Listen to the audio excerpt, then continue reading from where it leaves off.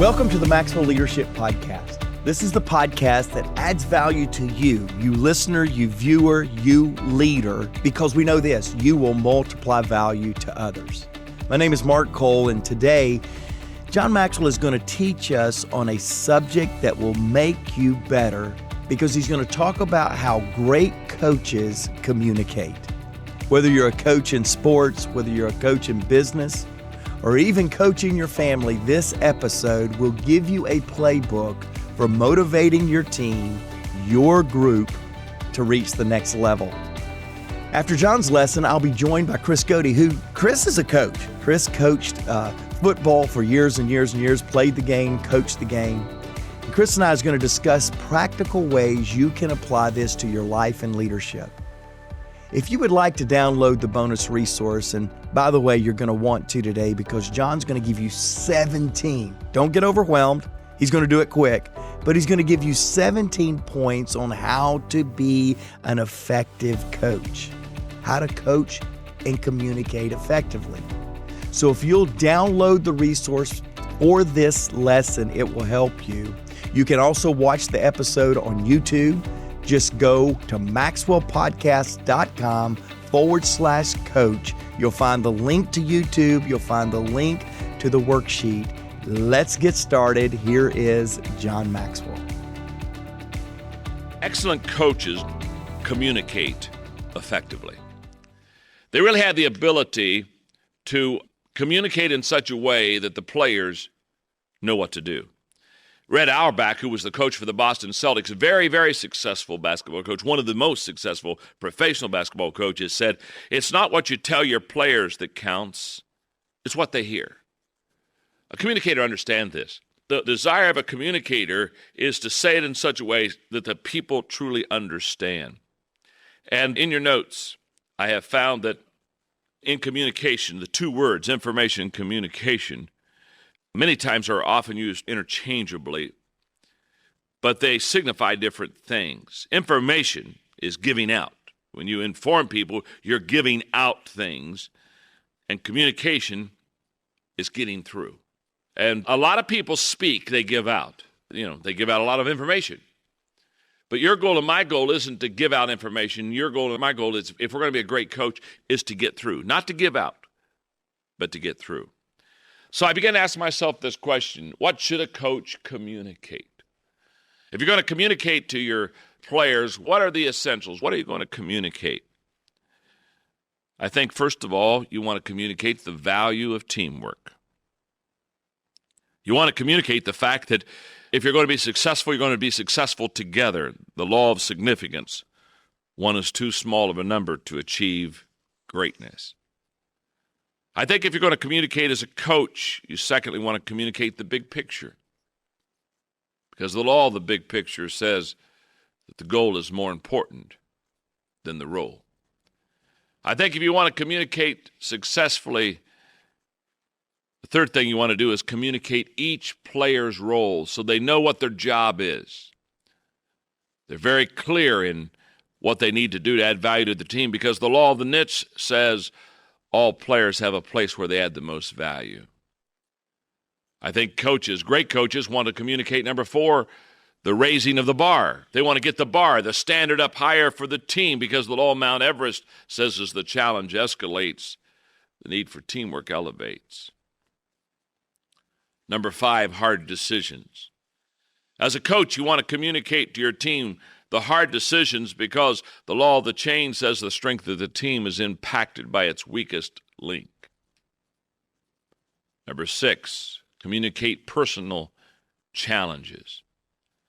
Let them understand that teamwork is tough, because the law of the catalyst says winning teams have players that make things happen.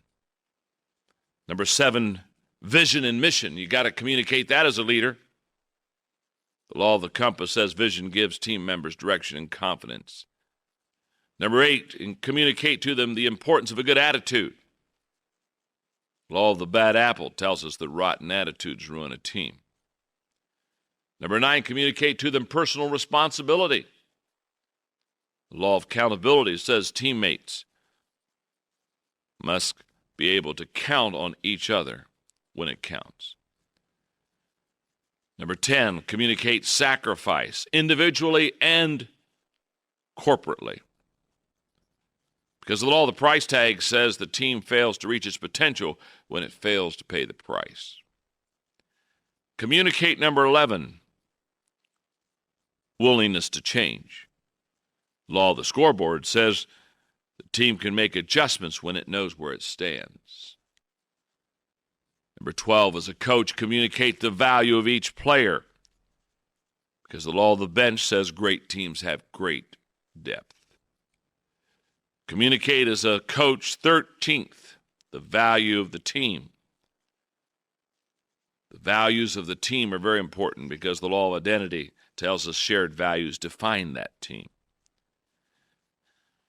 Number 14, as a coach, communicate the need for communication because the law of communication says interaction fuels action. Number 15, communicate leadership as a coach. Because the law of the edge tells us the difference between two equally talented teams is leadership. Number 16, as a coach, communicate hope and encouragement.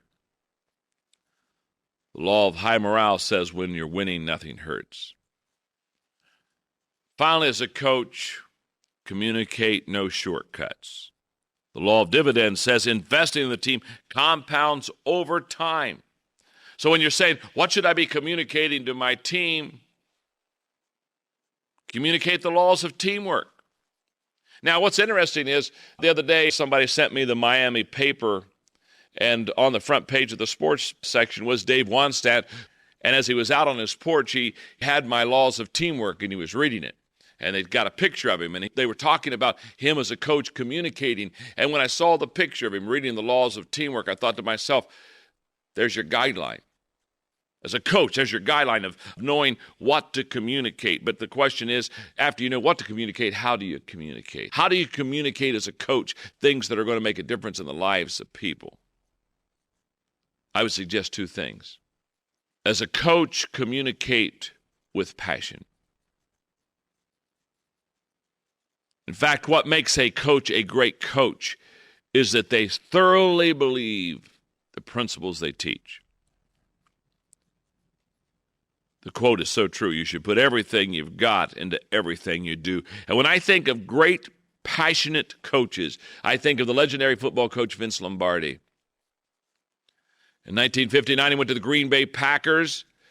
In the previous year, they had lost 10 games, tied 1 and won 1.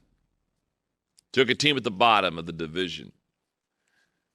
Assembled his troops together and held up a football, and because they hadn't done so well the year before, he looked at him and said, "This is a football." Thought he'd better introduce it to them. He wasn't sure they knew what it was. He said, "I'm going to teach you how to do the basics. I'm going to teach you how to block. I'm going to teach you how to run. I'm going to teach you the basics of this game. I'm going to teach you how to tackle. We're going to start at ground zero. We're going to do 101 stuff in this camp." He said, "I'm going to teach you not only how to do the basics, but I'm going to teach you how to do it with passion." He said, "I want you to understand something. The difference between one pro and another pro in the National Football League is not their skill level. They all have it. They wouldn't even be here if it was skill issues." He said, "The only difference between a winning team and a losing team on Sunday is that the winning team wants the game more than the losing team. They want to win." So he said, "I'm going to teach you to be passionate people." And he said, "I'm going to expect you to be full of enthusiasm." In fact, he looked at him. I love this quote. He said, "If you aren't fired with enthusiasm," he said, "I will fire you with enthusiasm." Isn't that a great statement? He built a great team. But if you look at the Vince Lombardi teams, the difference maker was the passion that they had within them. Now, here's what I want you to understand about coaching. You cannot give what you do not have. If you do not have a passion for what you're doing, the players will never have a passion for what you're sharing. Understand that. Passion is something that has to be given from one to another. It's not caught out of midair. It's caught from an individual. Enthusiasm, it's caught from someone. And if you do not have it, you can't transport it. And if you do not have it, the people that you coach won't have it. It's a fact of life. You don't see a very laid-back coach with a passionate team. Never has happened. It's not going to happen with yours. It always begins with the leader. It always begins with the coach. And I love the quote at the end of this one section on passion in your notes. Man is so made that whenever anything fires his soul, impossibilities vanish. You know what your job is as a coach? Your job is to be such a good coach that your players start playing, to use the sport phrase, they start playing over their head. That's your goal. Your goal isn't to bring the best out of people. Don't listen to people tell you that kind of stuff. Your goal is to get your players to play over their head. When you get them to play over their head, they're doing more than their best. They're playing on a level they shouldn't be playing on. They're doing things that they normally shouldn't do. They're beyond their gifts. They're beyond their strengths. They're beyond their abilities. That's the job of the great coaches. The great coaches don't get the best out of their people. They get the best out of their people to such a degree that they create a synergy on that team that allows that team to play over their heads until they look at their team and they realize their team is doing better than what they're capable of doing. And I can tell you that all begins with passion. You've never seen a team playing over its head void of enthusiasm. You've never seen a team nonchalantly reproducing more than they have the ability to reproduce. You have never seen a player have his greatest game with a take it or leave it attitude. That's why when I see a board leader or I see a board coach and they ask me what they should do, I tell them, quit. Now, usually that's not the advice they're looking for, but just quit. If you're a board pastor, quit. If you're a board CEO of a company, quit. If you're board leader, quit. Just do us all a favor. You're killing the team. You're killing the team. Get off the team. Leave. When you have a been there, done that mindset, you'll never get a team that can reach its potential. So communicate with passion as a coach. One other thing I would talk about how to communicate, and that is communicate with simplicity. Keep it simple. Effective leaders have the ability to boil down complex issues into concise, straightforward statements of what should be done. And since I started with Vince, let me just close this first quality of a great coach with Vince Lombardi, who was at a coaches' convention for 3 days, of which they were taking turns standing up in front of other coaches and giving their offense and defense strategies as coach. Many of them were complex. Many of them were very difficult to understand. Many of them were highly sophisticated. Finally, on the third day was Vince Lombardi's turn. And he got up and he said, well, I've done my best to understand what's been said. He said, my offense and defense strategy is kind of simple. When we're on the offense, we have the ball. And we do our best to run the ball for a touchdown, and we figure our greatest odds are knocking all the defensive players down, so it aids us in scoring. He said, my defensive strategy, it's kind of simple too, because they have the ball. And our goal is to knock all their players down again. Because he said, I have found in coaching, if your team knocks their team down, you win. So simple. So simple. As leaders, it's so tempting to feel like we need to do it all. We put this enormous pressure on ourselves to accomplish more today than we did yesterday, to earn more this year than we did last year, and somehow along the way, we still want to be present and more available in our personal relationships. I would suggest something has to give. Doing it all is a myth of leadership. In fact, the best leaders are the ones who delegate, operate out of their strengths, and set others up to do the same. If you want to discover that kind of freedom and that kind of effectiveness, BELAY can help. BELAY pairs busy leaders with highly vetted US-based virtual assistants that save them from administrative overwhelm and direct them back to working on what matters most. To help you, BELAY is offering Maxwell Leadership listeners a free download of their resource called The Power of Productivity. It has everything you need to get back on track with more productive workdays. Simply text Maxwell to 55123. That's MAXWELL to 55123. Get ready to accomplish more and juggle less with BELAY. Hey, welcome back. I mentioned in the top of the show that Chris is here. Chris, you're a leader of coaches. Yeah. You coach our sales team, you coach our corporate solutions team, and you've actually coached the game that you played, football. And I love it because I want to start with a quote that Phil Jackson said. He said, "Good teams become great ones when the members trust each other, when they trust each other enough to surrender the me for the we." And there is a underlying theme that John has right here, that the difference maker in great teams is not talent.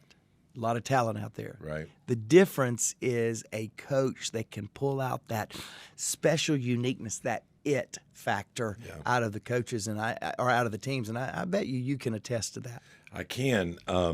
Unfortunately, I've retired from coaching because this principle we're going to talk about today didn't work in the last middle school team I was coaching. I tried my hardest, and I was like, this is not working. But I have had the opportunity to coach at multiple different levels, and I think you're right. That's the challenge. You know, he talks about how do we help them build rapport, and to your point, cohesively, how do we help them bring that out?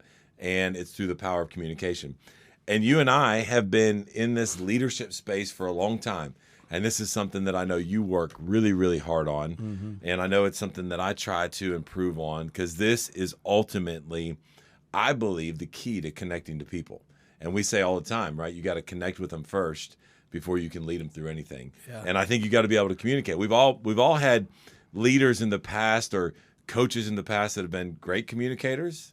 And then, well, you know where I'm going, right? Yeah. They've been a little bit of a struggle. I want to start off, and I just want to pull a couple things out of you. John gave us a ton of content here. It's like a playbook, right? They can go and download that. I want to pull a couple of areas out that I just want you to give us some practical advice. Mm-hmm. How you're leading, how you're working through that, how you're communicating. And before we even get to the list, I was struck by him saying, hey, there's a difference between information and communication. And I was like, oh man, I know a lot of times I just want to give information. I don't really do a good job of communicating. Talk a little bit about when you heard John mention those two things, and in your leadership, how do you differentiate them, and then how do you really work on the communication side of getting through to people versus just giving out the information? Yeah, so I'm now 23 years in John's organization, and even before I came to work at Enjoy back then, Maxwell Leadership, I had the chance to lead. In fact, my first chance to be visibly a leader at Maxwell Leadership, again, 23 years ago, back in the day, was coaching our company softball team. And I think I've told the story on the podcast before, but I am convinced that it was me coaching our team that gave our leaders who were also on that team visibility that I could actually lead in a business environment as well. So going back to softball, I didn't hit many home runs. I didn't make many spectacular plays, but I made an impression with leadership that perhaps got me here today. But, we talk a lot about communication, how to communicate effectively. Everyone communicates, few connect. John's written several topics. He just wrote the book, 15 Laws of Communication. But the thing that, and I said 15 laws, it's actually 16 laws. I just stumbled on myself. It's actually 16 laws of communication. But we talk a lot about you need to listen more than you need to talk. And I think that's right. In fact, we've talked about listen, learn, then lead. Yep. Make sure you learn something before you lead. We talk about listen to understand, don't listen to respond. But today, I really want to bring a different angle. Sometimes we as coaches, as leaders, we need to communicate to be heard. And I get it. Again, I'm not undoing everything we've been talking about in this current generation of leading, and that is leaders need to stop talking as much and start listening. But there are times, leaders, you need to be heard. Yeah. That your game plan, coach, needs to be understood. And so that's really what I'm talking about today when I say there are times that we need to listen to be heard. And I think that's what John's saying. Information is giving stuff out. But when John says that communication is getting through, he's talking about the same message, the same two groups of people. But are you just getting information out for someone to digest or not? Or are you getting information to get through to that person to make them a valuable part of your team? I would challenge all of us that communicate with something to say. In other words, you're a coach and you have a game plan that an entire group of people needs to listen to. You're a leader. You have a team of people that needs to be on the same page. I would challenge you, after you communicate your game plan, after you communicate your direction, to ask 3 questions of the people you just spoke to. And I'm going to give you those. Again, you've been writing furiously because John gave us a lot of content today. I'm going to ask you to keep the pen in your hand for just another moment, because there's 3 questions that every coach, every leader needs to ask of his or her people after he delivers the game plan, after he delivers the strategic initiative plan. Number 1, you need to ask your people, what did I say? Get them to give you back your talking points. I know the Atlanta Falcons, they're not a great example. We have won no championship. But I remember the years that we were better than most years, which there was only about 2 or 3 of those. And it was the brotherhood. Rise up, the brotherhood. And everybody in the locker room was using the same language. In other words, the coach sometime asked them, what did I say? And they said, you said brotherhood. You said rise up. There were talking points that when you can hear what I say, you will repeat what I say. Yeah. So question number 1, what did I say? Question number 2 is, what did you hear? In other words, when I say brotherhood, what did you hear when I say that? That means we're one for all, that we've got each other's back. We're not going to go to the media complaining about Matt Ryan's throwing or Jones, his Julio Jones, his catching ability. Those were the glory days, guys. And we're not going to go and throw each other on the bus because we're a brotherhood. So what I heard is we stand up for each other. What I say is the talking points, the buzzwords, the repeatable phrases.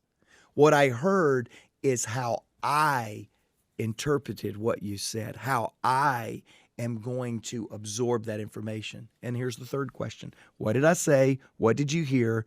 Question number 3 is, what will you do?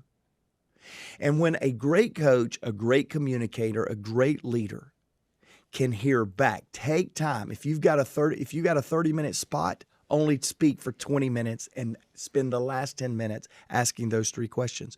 Because it's in the what will you do that you begin to see your game plan beginning to be lived out.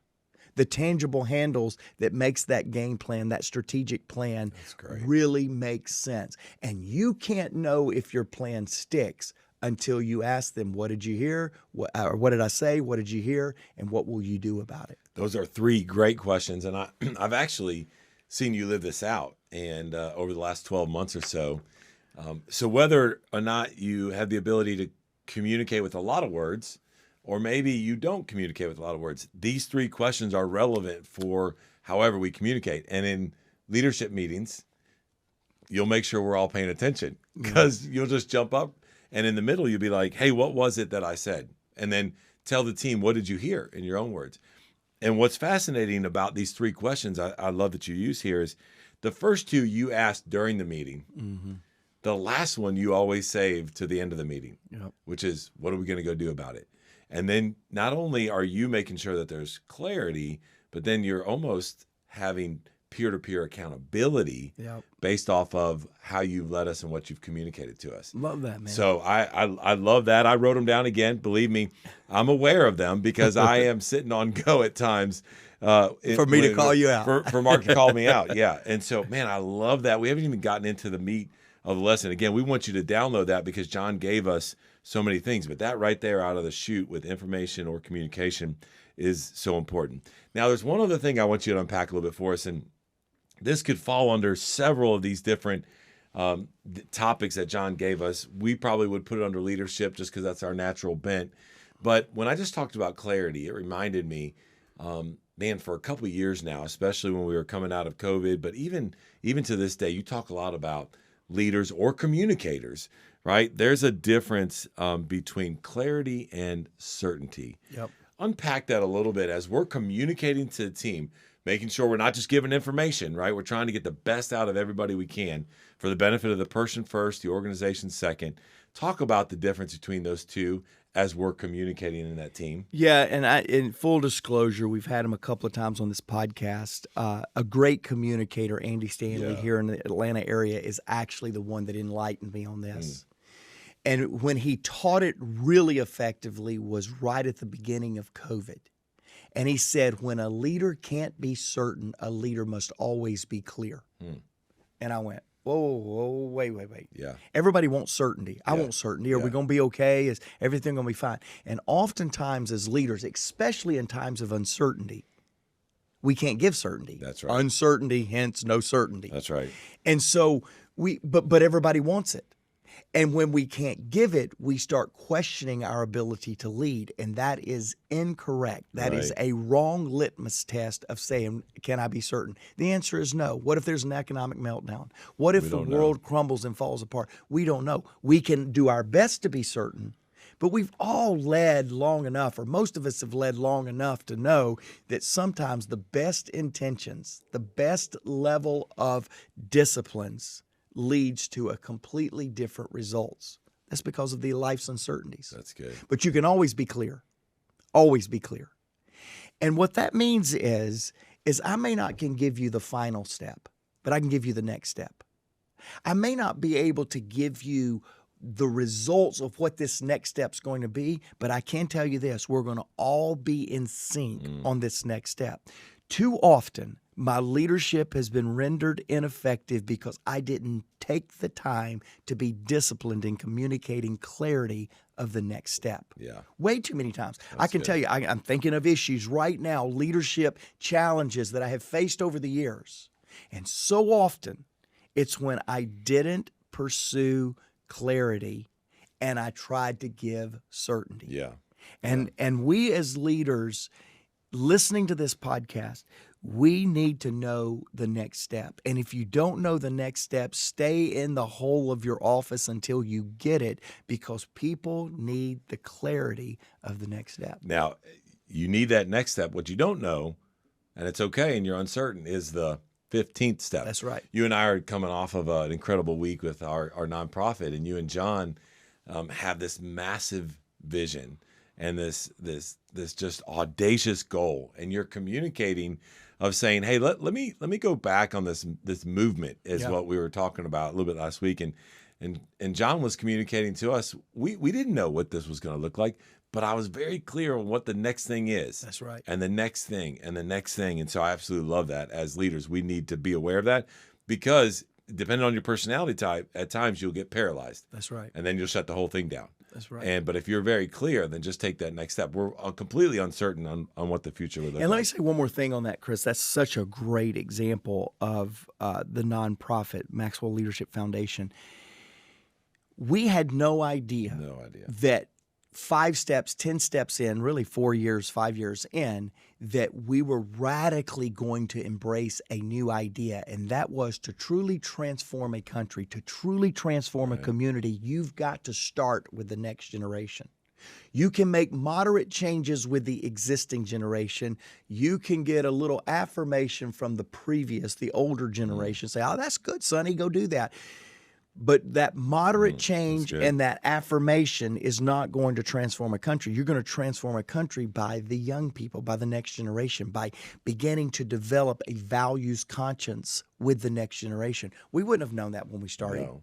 Now we are training over 4 million school-age students in different communities around the globe. Why? Because we took the first step that we knew, and we let that step give clarity to the next step, to where now it is a huge part of what we're doing. Yeah, that's great. I appreciate you unpacking that, because I think that is key. And remember, we've all heard this statement of how you do some things is how we do everything. Yeah. And I see you and John living that out when it comes to the clarity versus the uncertainty. Okay, we're off topic a little bit there, but that's all right. You and I tend to do that. As we're making our way to close, I think this is really key, and I want to hit on this, and it's the last thing John talked about, where he talks about communicating with simplicity. Yeah. And as a leader or as a head coach or whatever it might be, we know the complex situations that are in our head. You just mentioned a few minutes ago, lots of things you're thinking about, complex situations. But man, we have to keep it very simple. And when we do that, it reminded me as I was listening to this lesson, you and I had a conversation. This was a couple years ago. You went into a team meeting and you were communicating something and you're like, hey, it just didn't feel right. I felt like it was a little complicated. I feel like I missed it. Half the room missed it. And we started talking about the difference. And this is just a little nugget for you listeners. Your team members either listen in the why we're doing something or why you're communicating something or the how are we going to do this. And you and I began unpacking this and had a little leadership conversation around the difference. And it's changed the way that we communicate, the way I communicate, so that I can do it be as simple as possible. This is something I know you self-admittedly will start thinking and talking. And I know John has worked with you and you're really getting your messages down to very, very, very simple. Why is that so important? As we're communicating to our team, our peers, our spouses, our family, why is simplicity so important to you as a communicator? Well, so every good leader has processed a lot of things before she or he gives a message. And often what we don't understand as communicators of a message is there's a difference in the leader's responsibility to make sure that the idea is fully vetted, is fully looked at from multiple angles. What we don't realize is we lose it at that point, and when we start giving all the rabbit chasing that we did when we're trying to distill it down, we confuse people with what the real issue or what the real expectation is. That's good. And oftentimes we also want to prove our worth. Hey, we really spent 2 weeks on this 20-minute decision. And it's more to show that we are valued and that we took it serious, when really what people want to hear is just, what are we going to do and what does this mean to me? Yeah. What are we going to do and what does this mean to me? What's the win? Now, it's not that they're selfish, although people are very selfish. All of us are. It's not that they're selfish, but most people are following you not because of the direction you're going, but because of the connection they have with you. That's right. And if they're following you with the connection, we spend so much time trying to justify the direction, and they're not even asking that question. Right. We are, because we're trying to see more and before. The leader's trying to see the horizon, trying to anticipate the challenges, trying to make sure that the obstacles doesn't stop us. But most of the people are just saying, hey, point me in the right direction and tell me what the benefit is. Yeah. If we can distill down our messaging to just be that simple and give the message in a 5-10 minute spot and then spend the rest of the time asking the questions from the people's vantage point. Yeah. And often again, we build 10 points to make the simplicity point, and we lose people on point 3, and they never get the meat of the message. Give the meat of the message, and then let them determine the points needed to solidify it in their mind. That's good. And that communication, if I could do this, man, I'm preaching to the choir here. If I could just go, what is the simple message I'm trying to give? Yeah. How many times do I need to repeat it for it to settle? And then spend the rest of the time clarifying it. Yeah, I think one of the things I'm convicted by that you just said that's interesting is we want to communicate the message, but we're also trying to communicate what it took for us to get to that message. Oh, yeah. Sleep, I mean, lost hours and sleepless nights and this and, uphill both ways. And I was convicted by that because I was like, no. That's my responsibility as a leader. As a coach, that's your responsibility. It's everybody that's listening's responsibility. Then we got to just communicate it in a simple way. All right, I'll throw it to you for closing thoughts here in just a minute. Here's one last thought that I wrote down as I was, again, thinking through what John just talked about. This is not easy. Mark has been communicating for a long time. As a matter of fact, he's being mentored by the best communicator out there, both on stage and in meetings. And here's what I want to encourage you. This takes practice. And what I want you to understand is that this is not about, as a coach or as a leader, when you communicate these ways that John gave you and the points that Mark shared with you, it's not about winning or losing a game, a project, a KPI. For us, it's about adding value to people. If you figure out how to communicate effectively, like John and Mark have laid out here, you're going to win some and you're going to lose some. But if you do it the right way with some of these tips, you're going to always add value to people through your communication. And that's the key. So give us some closing thoughts on this, where you're at, and then wrap us up. Well, there's 2 books that I'm going to recommend. The first one is Sometimes You Win and Sometimes You Learn, because Chris just said sometimes you win some, sometimes you lose some. And as a brand carrier, he used to say sometimes you win John. and sometimes you learn some. But that's the first book, and it really is a good book that's very apropos to what we've been talking about today. But the big book, the big idea that I want to leave you with today is the book 17 Laws of Teamwork. Now, you just heard John go through 17 different components of what great coaches do to communicate. But he'll take you deeper in this book, and I've asked the team to give the 15% discount. Just use the code podcast, and that book will really, truly change your perspective on a leader's responsibility to her or his team. So pick that book up. You know, John made a point. He didn't say it exactly like this, so if this doesn't make sense, call my English teacher and remind her how bad I did in English. But John made a point that it wasn't exactly like this, but this was kind of the idea. Great coaches make teams better than their talent. Great coaches always make the team better than the individual talent on there. Every one of them. It's good. You look at the difference maker. Go talk to any winner of the past World Series or past Super Bowl, and they'll talk about some it factor that was beyond the talent of the individual. The cohesiveness, they work together. I mentioned the brotherhood a while ago. There was just this deep connection. Coaches have the ability to find that and pull it out. And by making the team better than talent, you realize that talent is great, can't do it without talent. But with talent, you still cannot do it. Yeah, that's right. Because you've got to be able to find that unique identifier. And when you do, talent becomes better. Talent becomes sharper.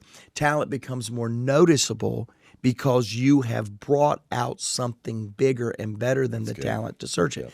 Too many teams that rely on individual talent end up not making it work in the end from the idea of pursuing and accomplishing a championship. And that is because they have not found something bigger to focus on. Coaches, leaders, it's our responsibility to find that thing that's bigger than talent. And that's what the whole topic of today's conversation was about, and we hope that we've added value to you. I do want to go to Eric from Woodburn, Indiana. Eric gave us a comment. Eric, your comments, as well as all of you, wherever you listen to this podcast, wherever you view this podcast, give us a comment. Let us hear from you out there. I love talking about these. But Eric said, hi there. Love the statement that says, I'm not who I was. I am who I was born to be. Remember that. Thanks.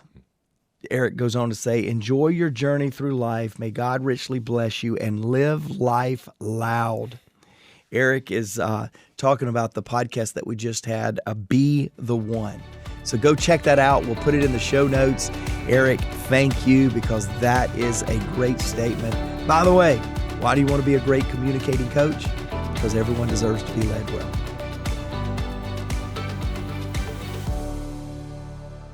Hey, podcast listeners. Many of you listening right now would probably love the autonomy that comes with owning your own business or becoming a coach that helps other businesses succeed. Well, we have a phenomenal strategy where you are 100% in control of your own business, earning income on your own terms, and have access to the people, tools, and resources you need to build a thriving leadership development business. When you become a Maxwell Leadership Certified team member, you join a global community of entrepreneurs led by our expert team of mentors and faculty, including John C. Maxwell. You'll also get one of the top leadership certifications in the world next to your name, giving you the boost you need to get started. Visit us online at maxwellleadership.com/join the team to find out more.